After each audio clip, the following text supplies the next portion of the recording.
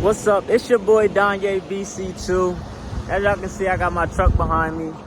I'm out in New Jersey behind the Walmart, but I know I said this multiple times, and this is what I want to talk about today is y'all gotta just slow down.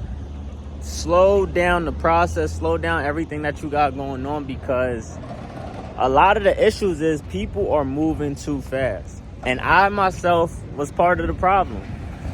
Like when I was trying to figure things out, and one of my biggest, it's not a bad thing, but one of my biggest things that I feel like is a negative is I try to do so much things at once. You feel me? Like I want to have this business and do this, work this job. I got a million ideas. You feel me? Which, don't get me wrong, I actually do the jobs. Like I don't just say I'm gonna do something and don't do it. I get it done. But a lot of you guys out there that are moving too fast, y'all want to get rich quick, y'all want to make a lot of money, y'all want to do this, do that. Slow down. If I would have slowed down 5 years ago, my life would definitely be different, I'll tell you that. But I also wouldn't have learned the stuff that I also learned as of today. So I'm not upset with it, because I'm okay with taking my time now.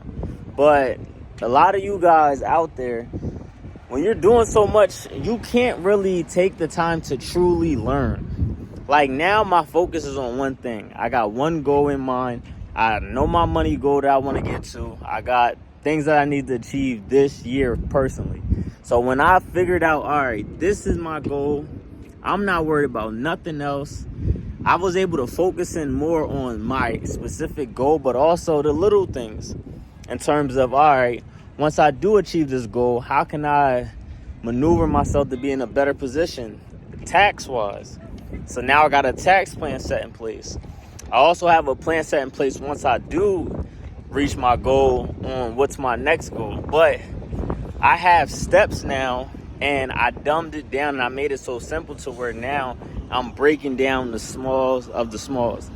So I'm going to explain a scenario that I broke down myself, to which a lot of people think one way, but I'm going to show you the significance of when you start truly understanding money, when you start truly understanding how to make more money and how to have your money be more effective. Oh, it's a different ball game. You're in a different ball game. So for example, I have student loans. I got like $26,000 in student loans. I want to get rid of my student loans. I'm trying to get rid of it as soon as possible. I want it off, because I truly believe that you can't have real financial freedom. You can't really be rich if you owe people. I don't want to owe nobody. I'm trying to get all my debt wiped up, and I'm going to be able to do that by next year. But this is what I thought. I looked at my student loans, and I'm like, is there anything I can get back on taxes for that? Like, that's a lot of money. Like, can I use this as a tax advantage? You can only deduct money that is built off interest on your student loans. So me, I had $700 of recurred interest. So it's interest that's been building over years. So I had $700 in incurred interest. So that's $700 that I can write off. You can write off up to $2,500 of student loan interest. So that's $700 that's already written off. Then it's $3 a day that they're charging me for interest. So that's $100 a month.